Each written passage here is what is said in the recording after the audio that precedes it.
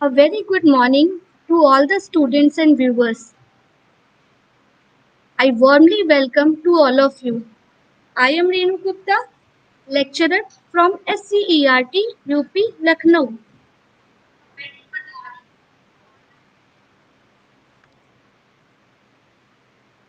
मैं आशा करती हूँ आप सभी लोग अपने घरों में स्वस्थ होंगे, सुरक्षित होंगे।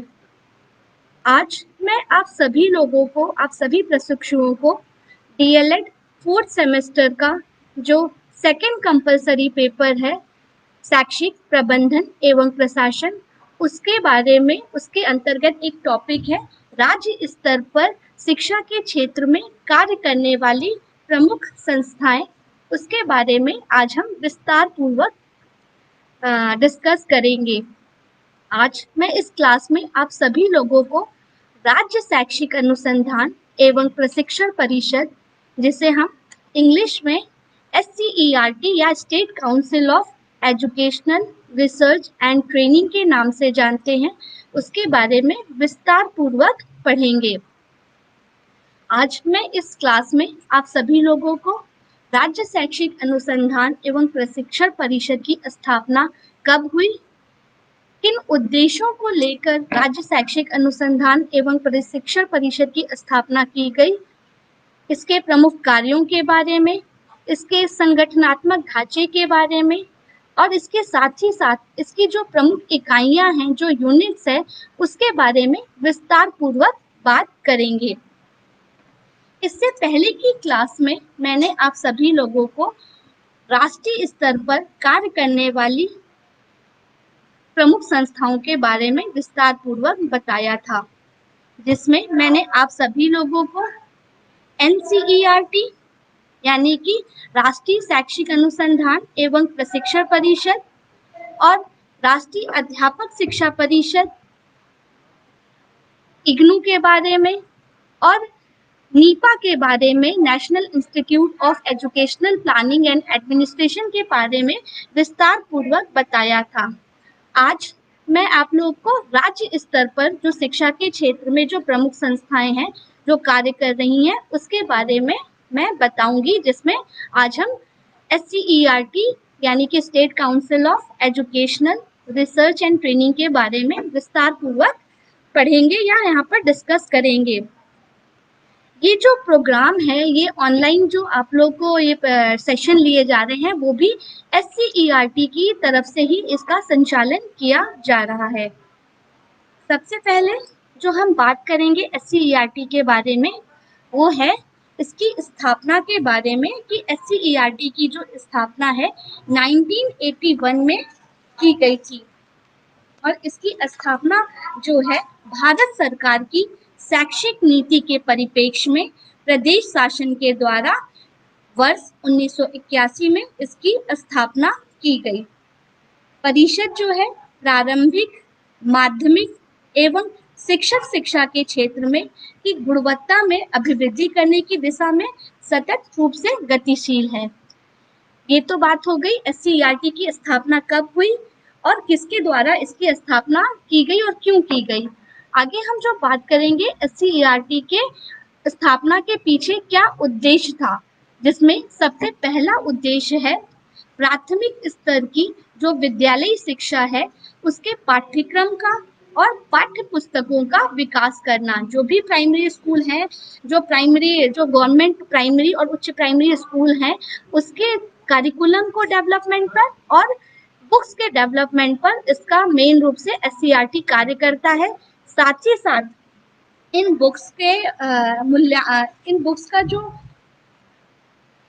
संशोधन का काम भी और उसके साथ ही साथ रीअसेसमेंट का भी काम SCERT के माध्यम से किया जाता है। सेकंड है सेवा पूर्व एवं सेवारत शिक्षक प्रशिक्षण व्यवस्था, यानी कि जो भी इन सर्विस है और प्री सर्विस, सेवा पूर्व यानी प्री सर्विस और सेवारत यानी इन सर्विस जो भी टीचर्स ट्रेनिंग है उसकी व्यवस्था करना भी SCERT का प्रमुख उद्देश्य है। इसके साथ एकेडमिक निर्देशन प्रदान करना, शैक्षिक शोधों को बढ़ावा देना, नवाचार के क्षेत्र में कार्य करना और विभिन्न प्रकार के प्रकाशन कार्य करना। जो टीचर्स के लिए टीचर्स की संदर्शिकाएं हैं, उनके प्रकाशन का कार्य भी SCERT के द्वारा किया जाता है और इन्हीं उद्देश्यों को लेकर SCERT की स्थापना की गई। SCERT के गठन के पश्चात आंग्ल भाषा शिक्षा संस्थान, जो कि प्रयागराज में स्थित है, राज्य शिक्षा संस्थान प्रयागराज, राज्य हिंदी शिक्षा संस्थान वाराणसी, राज्य विज्ञान शिक्षा संस्थान जो कि प्रयागराज में स्थित है, मनोविज्ञान शाला, राज्य शैक्षिक तकनीकी संस्थान एवं अन्य संस्थानों को भी SCERT के अंग यानी कि इकाई के रूप में संचालित किया जाने लगा। यानी कि ये सभी जो जितनी भी संस्थाओं का मैंने नाम लिया, वो सभी SCERT की इकाइयों के रूप में कार्य करती हैं। आगे हम पढ़ेंगे राज्य शैक्षिक अनुसंधान एवं प्रशिक्षण परिषद के प्रमुख कार्यों के बारे में कि इसके कौन-कौन से मुख्य कार्य हैं, जिसमें सबसे पहला कार्य है प्राथमिक तथा उच्च प्राथमिक स्तर के पाठ्यक्रम, पाठ्यपुस्तकों एवं शैक्षिक सामग्री का विकास करना। मैंने पहले भी बताया था कि जो भी प्राइमरी, प्राथमिक और उच्च प्राथमिक विद्यालय हैं, उस स्तर के पाठ्यक्रम का विकास, करिकुलम डेवलपमेंट, बुक्स का काम और जो भी शैक्षिक सामग्री हैं, उनके विकास का कार्य राज्य शैक्षिक अनुसंधान एवं प्रशिक्षण परिषद के द्वारा किया जाता है। साथ ही BTC, जिसे हम वर्तमान में DLED के नाम से जानते हैं, डिप्लोमा इन एलिमेंट्री एजुकेशन, जिसका संचालन डाइट्स पर और निजी संस्थाओं में किया जाता है, उनके पाठ्यक्रमों का विकास, करिकुलम डेवलपमेंट और समय समय पर उसका पुनरीक्षण यानी रीअसेसमेंट का कार्य भी राज्य शैक्षिक अनुसंधान और प्रशिक्षण परिषद के द्वारा किया जाता है। सेवा पूर्व और सेवारत शिक्षक प्रशिक्षण कार्यक्रम की संचालन करना, उनकी व्यवस्था करना, उनकी रूपरेखा तैयार करना, ये सभी कार्य SCERT के माध्यम से किए जाते हैं। शिक्षक प्रशिक्षकों का क्षमता संवर्धन, जो हम कैपेसिटी बिल्डअप का कार्य किया जाता है, वो भी SCERT के माध्यम से करते हैं। और साथ ही साथ शिक्षा के क्षेत्र में शैक्षिक शोध को, सर्वेक्षण को बढ़ावा देना और इसमें दिन पे दिन नए नए नवाचार लाना, ये भी SCERT का प्रमुख कार्य है। और उत्तर प्रदेश शिक्षक पात्रता परीक्षा, जिसे हम यूपी टेट के नाम से, यूपी टीचर एलिजिबिलिटी टेस्ट के नाम से जानते हैं, उसका भी आयोजन राज्य शैक्षिक अनुसंधान और प्रशिक्षण परिषद के द्वारा किया जाता है। निजी संस्थानों को, जो कि DLED और एनटीटी यानी नर्सरी टीचर ट्रेनिंग कोर्स है, उसके प्रशिक्षण कार्यक्रम, उसके जो भी प्रशिक्षण का जो पाठ्यक्रम का संचालन किया जा रहा है, ऐसी संस्थाओं को SCERT के द्वारा संबद्धता प्रदान की जाती है। और डाइट्स में district institute of education training में भी DLED के पाठ्यक्रम का संचालन SCERT के द्वारा किया जाता है। ये तो हमने SCERT के प्रमुख कार्यों के बारे में पढ़ा था। अगला जो हम पढ़ेंगे वो है RTE के परिप्रेक्ष्य में SCERT के प्रमुख कार्य कौन कौन से हैं। RTE यानी राइट टू एजुकेशन एक्ट, जो कि 2009 में बनकर तैयार हुआ था और पूरे देश में, पूरे भारतवर्ष में इसे 1 अप्रैल 2010 को लागू कर दिया गया था। जम्मू कश्मीर को छोड़कर पूरे भारतवर्ष में RTE एक्ट 1 अप्रैल 2010 को लागू किया गया था। और उसके परिप्रेक्ष्य में SCERT के जो प्रमुख कार्य हैं वो इस प्रकार हैं। सबसे पहले RTE नियमावली जो बनी थी 2011 में, उसके भाग 7 के अनुसार 22(1) में जो दिया गया है, धारा 29 के प्रयोजनार्थ राज्य शैक्षिक अनुसंधान एवं प्रशिक्षण परिषद को प्रारंभिक शिक्षा, पाठचर्या और मूल्यांकन प्रक्रिया का निर्धारण करने के लिए एक शैक्षणिक प्राधिकारी के रूप में इसका चयन किया गया।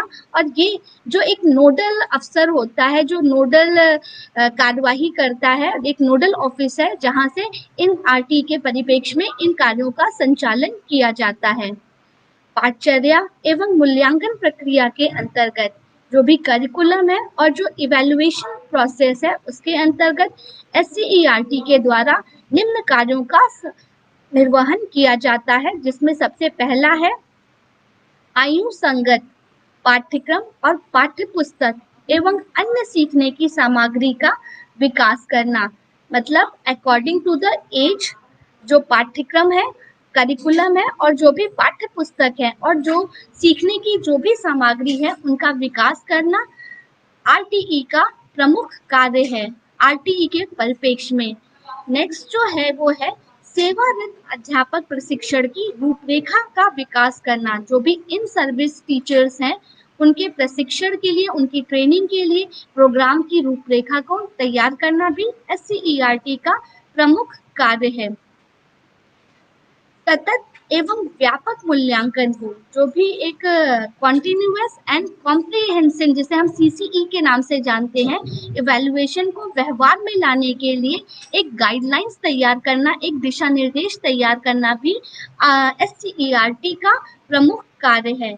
इसके साथ ही साथ समग्र रूप से विद्यालय गुणवत्ता निर्धारण की प्रक्रिया क्रियान्वित करना। सभी प्राइमरी स्कूल में एक गुणवत्तापूर्ण शिक्षा दी जाए, एक क्वालिटेटिव एजुकेशन दी जाए, इस बात की भी देखरेख करना SCERT के प्रमुख कार्यों के अंतर्गत आता है।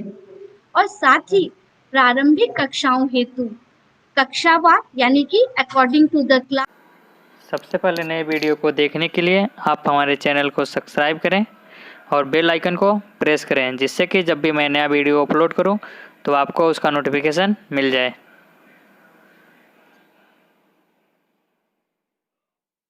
क्लास विषयवार अकॉर्डिंग टू द सब्जेक्ट जो लर्निंग आउटकम्स हैं, जो सीखने के परिणाम हैं, उसका निर्धारण करना और उसकी कितनी संप्राप्ति हुई, कितनी प्राप्ति हुई, इस प्रक्रिया का भी निर्धारण करना RTE का SCERT का RTE के परिप्रेक्ष्य में प्रमुख कार्यों के अंतर्गत आता है।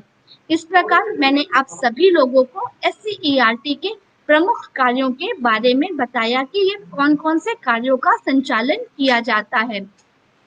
इसमें सबसे मुख्य जो कार्य था वो करिकुलम डेवलपमेंट का था, बुक्स का प्रकाशन करना था, सीखने की जो भी सामग्री है, टीचर्स गाइड की, शिक्षक संदर्शिकाओं की व्यवस्था करना, ये SCERT का प्रमुख कार्य है। साथ ही सेवारत अध्यापक प्रशिक्षण की रूपरेखा तैयार करना, सतत और व्यापक मूल्यांकन को व्यवहार में लाने के लिए गाइडलाइंस तैयार करना, स्कूल के द्वारा एक क्वालिटेटिव एजुकेशन प्रदान की जाए, एक गुणवत्तापूर्ण शिक्षा प्रदान की जाए, इस बात की व्यवस्था करना और साथ ही साथ प्रारंभिक कक्षाओं हेतु कक्षावार और विषयवार अधिगम आधारित जो सीखने के परिणाम है उसका निर्धारण करना और उसकी कितनी संप्राप्ति हुई, कितनी प्राप्ति हुई, इस बात की देखरेख करना भी SCERT के प्रमुख कार्यों के अंतर्गत आता है। अगला जो हम पढ़ेंगे SCERT की प्रमुख इकाइयों के बारे में कि इसकी कौन-कौन सी यूनिट्स हैं और वो यूनिट्स जो है कहाँ-कहाँ पर स्थापित है, इसके बारे में आज हम बात करेंगे। जिसमें पहला है जिला शिक्षा एवं प्रशिक्षण संस्थान, जो कि समस्त उत्तर प्रदेश के 70 जनपदों में स्थापित है, वो इसकी प्रमुख इकाई है। दूसरा है राज्य विज्ञान शिक्षा संस्थान, जो कि प्रयागराज में स्थित है। राज्य शिक्षा संस्थान, ये भी प्रयागराज में स्थित है। राज्य हिंदी संस्थान, जो कि वाराणसी में स्थित है। आंग्ल भाषा शिक्षा संस्थान प्रयागराज, मनोविज्ञान शाला प्रयागराज, राजकीय शिशु प्रशिक्षण महाविद्यालय जो कि प्रयागराज व आगरा में स्थित है, जहां पर नर्सरी ट्रेनिंग टीचर ट्रेनिंग जो प्रोग्राम है, जो पाठ्यक्रम है, उसका संचालन किया जाता है।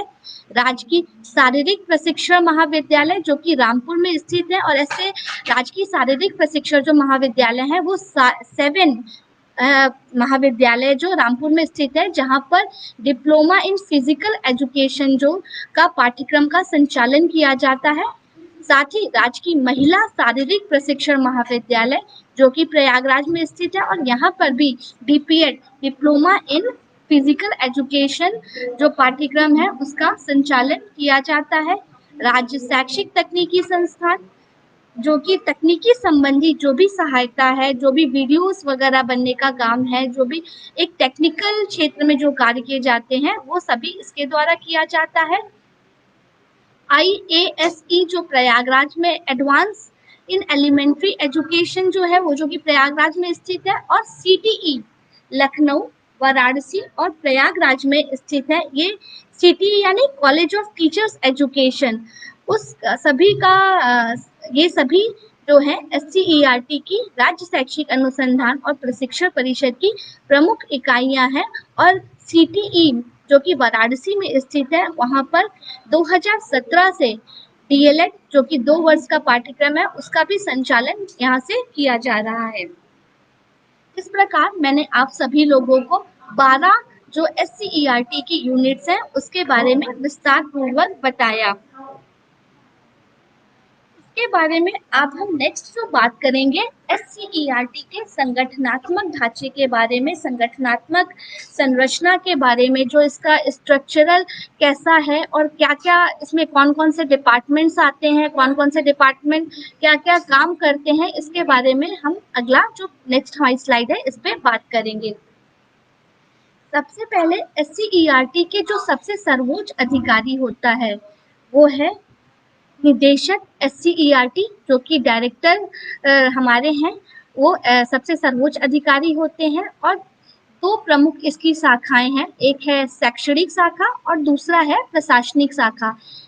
जो कि शैक्षणिक शाखा के अंतर्गत जो भी एजुकेशनल काम है वो सभी कुछ इसके अंतर्गत संपादित किए जाते हैं, और प्रशासनिक शाखा के अंतर्गत विभिन्न प्रकार के जो भी ये यूनिट्स हैं उन सभी के कार्यों का, उन सभी के देखरेख का, जो भी ऑब्जर्वेशन का, वहाँ के कार्यों के ऑब्जर्वेशन का कार्य प्रशासनिक शाखा के द्वारा किया जाता है। शैक्षणिक शाखा के अंतर्गत 3 आते हैं। सबसे पहले जो एक विभाग है, जो प्रमुख विभाग है, दूसरा है प्रशिक्षण विद्यालय और तीसरा है प्रशिक्षण संस्थान। विभाग के अंतर्गत इसके 5 प्रमुख विभाग हैं, जिसमें पहला है प्रारंभिक शिक्षा विभाग जो कि प्रारंभिक शिक्षा से जुड़े समस्त कार्यों को करता है, और उसमें राज्य शिक्षा संस्थान जो कि प्रयागराज में स्थित है उसके द्वारा इसके कार्यों का संचालन किया जाता है। अगला है विज्ञान और गणित विभाग जो कि राज्य विज्ञान शिक्षा संस्थान जो प्रयागराज में स्थित है, वो विज्ञान संबंधी जो भी करिकुलम डेवलपमेंट का कार्य है, और गणित जो मैथ्स विषय है उससे रिलेटेड जो भी बुक्स का प्रकाशन है, बुक्स का डेवलपमेंट है, वो कभी कार्य राज्य विज्ञान शिक्षा संस्थान द्वारा संचालित किए जाते हैं। तीसरा है मनोविज्ञान और परामर्श विभाग, जो भी हमें परामर्श का कार्य किया जाता है, जो भी परामर्श देने का काम करते हैं साइकोलॉजी के क्षेत्र में, वो मनोविज्ञान शाला उत्तर प्रदेश प्रयागराज में स्थित है उसके द्वारा किया जाता है। अंग्रेजी भाषा विभाग जो कि इंग्लिश से रिलेटेड जो भी कार्य करने हैं, जो भी बुक्स का निर्माण करना है, जो भी करिकुलम का निर्माण करना है, वो आंग्ल भाषा शिक्षा संस्थान के द्वारा, जिसे हम ELTI के नाम से जानते हैं, जो प्रयागराज में स्थित है उसके द्वारा किया जाता है। और अगला है हिंदी एवं अन्य भारतीय भाषाएं विभाग, जो कि हिंदी से रिलेटेड और संस्कृत से रिलेटेड जो कार्य करते हैं, वो राज्य हिंदी संस्थान उत्तर प्रदेश वाराणसी में जो स्थित है उसके द्वारा इसका कार्यों का संचालन किया जाता है। अगला हम जो इसका नेक्स्ट जो शैक्षणिक शाखा है उसमें है प्रशिक्षण विद्यालय, जिसमें शारीरिक प्रशिक्षण महाविद्यालय रामपुर प्रयागराज में स्थित है। यहाँ पर DPED यानी डिप्लोमा इन फिजिकल एजुकेशन के 2 वर्षीय पाठ्यक्रम का संचालन किया जाता है। और शिशु प्रशिक्षण महाविद्यालय जो कि प्रयागराज और आगरा में स्थित है, और यहाँ पर NTT nursery training teachers training course के पाठ्यक्रम का संचालन किया जाता है। अगला है प्रशिक्षण संस्थान, जिसके अंतर्गत IASE जो कि प्रयागराज में स्थित है, CTE लखनऊ प्रयागराज और वाराणसी में स्थित है, और डाइट्स जो 70 जनपदों में स्थित है, जहां पर DLED कोर्सेज का संचालन किया जाता है। ये सभी इसकी शैक्षणिक शाखा के अंतर्गत, SCERT की शैक्षणिक शाखा के अंतर्गत आते हैं। अगला जो है इसकी प्रशासनिक शाखा, जो एडमिनिस्ट्रेटिव जो ब्रांच है, उसमें संयुक्त शिक्षा निदेशक, जो कि प्रशिक्षण ट्रेनिंग से रिलेटेड सभी कामों को देखते हैं। सहायक उप शिक्षा निदेशक, ये भी ट्रेनिंग से रिलेटेड सभी कार्य करते हैं। और लेखा अधिकारी, जो अकाउंट्स डिपार्टमेंट देखते हैं, जो भी ये जितनी भी यूनिट्स हैं जिनके बारे में मैं बताया, उन सभी के जो भी कर्मचारी गण हैं और जो भी सरकार की जो भी पॉलिसीज बनाई जाती है, उनका संचालन, उनका क्रियान्वयन इन विभागों के स्तर पर कराने का कार्य इन लेखाधिकारी द्वारा किया जाता है। और सभी अकाउंट्स का जो भी बजट पास किया जाता है, वो सभी लेखा अधिकारी के अंतर्गत किया जाता है। और अधिकारी समूह क और अधिकारी समूह ख, ये सभी भी इन ट्रेनिंग्स प्रोग्राम में इनका सहयोग प्रदान करने के लिए ये सभी कार्य करते हैं, जिसमें शोध प्राध्यापक आ जाते हैं, प्रवक्ता शोध आ जाते हैं, और जो भी कार्यालय स्टाफ है हमारा, जो भी क्लर्क लेवल पर जो भी काम होते हैं, वो सभी प्रशासनिक शाखा के अंतर्गत आते हैं। इस प्रकार मैंने आप सभी लोगों को SCERT के संगठनात्मक ढांचे के बारे में बताया कि दो प्रमुख इसकी संगठनात्मक ढांचे के अंतर्गत, एक जो सबसे डायरेक्टर लेवल, जो सबसे हाईयर लेवल पर हमारे डायरेक्टर होते हैं, और इसके कार्यों को दो भागों में बांटा गया है, एक हमारा शैक्षणिक शाखा और दूसरा है प्रशासनिक शाखा। अगली स्लाइड में हम जो शिक्षक प्रशिक्षण कार्यक्रम है उसके बारे में पढ़ेंगे।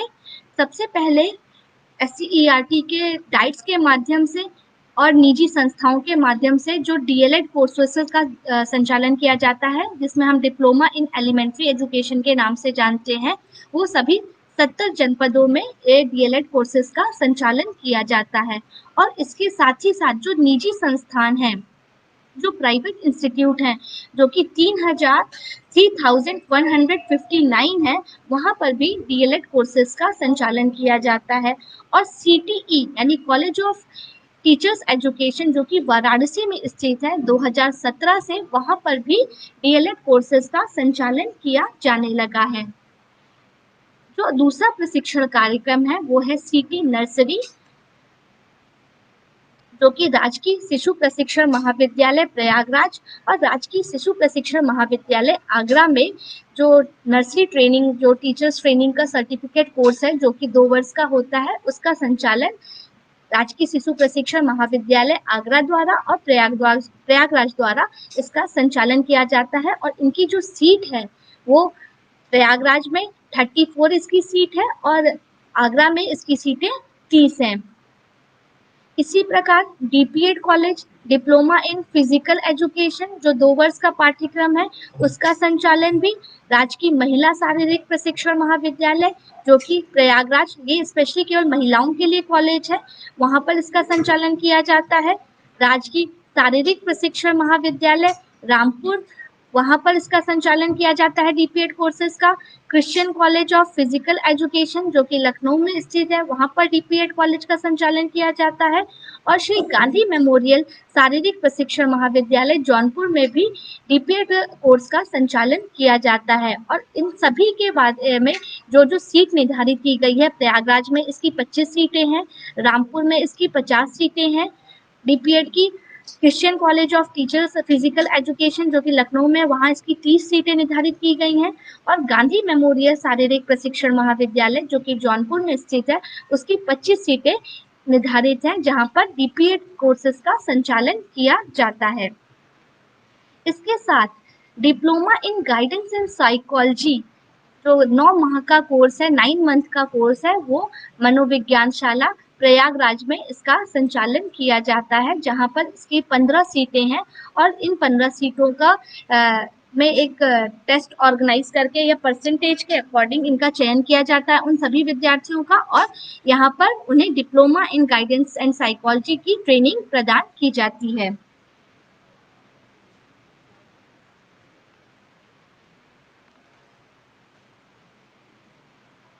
इसके बाद हम बात करेंगे SCERT के प्रमुख जो सेवारत प्रशिक्षण कार्यक्रम है, जो इन सर्विस जो ट्रेनिंग्स का आयोजन कर रहा है, उनमें कौन कौन सी ट्रेनिंग्स का आयोजन किया जा रहा है, उसके बारे में भी हम थोड़ा जान लेते हैं। सबसे पहला जो ट्रेनिंग प्रोग्राम ये ऑर्गेनाइज कर रहा है वो है, पहला है स्वास्थ्य एवं स्वच्छता आधारित शिक्षक प्रशिक्षण कार्यक्रम, जो हेल्थ हाइजीन से रिलेटेड एक शिक्षक ट्रेनिंग, टीचर्स ट्रेनिंग के लिए इस कार्यक्रम का संचालन किया जा रहा है। समावेशी शिक्षा, इंक्लूसिव एजुकेशन पर भी यह एक कार्यक्रम का संचालन कर रहा है, एक प्रशिक्षण का कार्यक्रम का संचालन कर रहा है। आरंभिक पठन कौशल, जो कि हिंदी और हमारे लैंग्वेज से रिलेटेड जो पेपर है हिंदी और इंग्लिश, उसमें ये आरंभिक पठन कौशल का भी यह संचालन किया जा रहा है। आरंभिक गणित कौशल के विकास के लिए भी ये एक प्रशिक्षण कार्यक्रम का आयोजन कर रहा है। कला, क्राफ्ट और प्रपेट्री से रिलेटेड एक प्रशिक्षण कार्यक्रम का आयोजन किया जा रहा है। योग प्रशिक्षण का कार्यक्रम इसके द्वारा संचालित किया जा रहा है। मूल्यबोध और नैतिकता से रिलेटेड जो है हमारा एक मॉरल एजुकेशन है, उससे भी रिलेटेड एक ट्रेनिंग प्रोग्राम का आयोजन करता है ये। पर्यावरण अध्ययन, इन्वायरमेंटल स्टडी से रिलेटेड एक प्रशिक्षण कार्यक्रम का आयोजन कर रहा है। सामाजिक अध्ययन, सोशल स्टडी से रिलेटेड एक प्रशिक्षण कार्यक्रम का आयोजन किया जा रहा है। गणित और विज्ञान से रिलेटेड एक प्रशिक्षण कार्यक्रम का आयोजन किया जा रहा है। और प्रधानाध्यापक, जो भी माध्यमिक के प्रधानाध्यापक है, उनमें एक लीडरशिप क्वालिटी के लिए और एक मैनेजमेंट का जो क्षमता संवर्धन है, एक कैपेसिटी बिल्डअप के लिए ये उन्हें समय समय पर प्रशिक्षण प्रदान करता है। और लर्निंग आउटकम्स पर बेसिक रूप से सीखने के जो अधिगम संप्राप्ति है लर्निंग आउटकम्स पर, उसके लिए एक ये शिक्षक प्रशिक्षण कार्यक्रम का संचालन SCERT के माध्यम से किया जा रहा है। इसी के साथ आज मैंने आप सभी लोगों को SCERT के बारे में विस्तार पूर्वक बताया कि राज्य शैक्षिक अनुसंधान एवं प्रशिक्षण परिषद के कौन-कौन से प्रमुख कार्य हैं, किन उद्देश्यों को लेकर इसकी स्थापना की गई, इसके संगठनात्मक ढांचे के बारे में, इसकी इकाइयों के बारे में और इन इकाइयों में कौन-कौन से कोर्सेज का संचालन किया जा रहा है, इन सभी के बारे में हमने आज विस्तार पूर्वक बात की। अब अगला जो है हमारा आज का असाइनमेंट, कि आप लोग को असाइनमेंट में आज क्या करना है, वो आज का असाइनमेंट है कि आप SCERT के द्वारा जो भी कार्यक्रम संचालित किए जा रहे हैं उनकी एक सूची बनाइए और उस कार्यक्रम और ऐसे कौन से कार्यक्रम संचालित और किए जाने चाहिए। आप लोग भी एक जो भी DLED स्टूडेंट हैं, वो DLED प्रशिक्षु शिक्षक हैं, वो भी आगे भावी शिक्षक बनेंगे।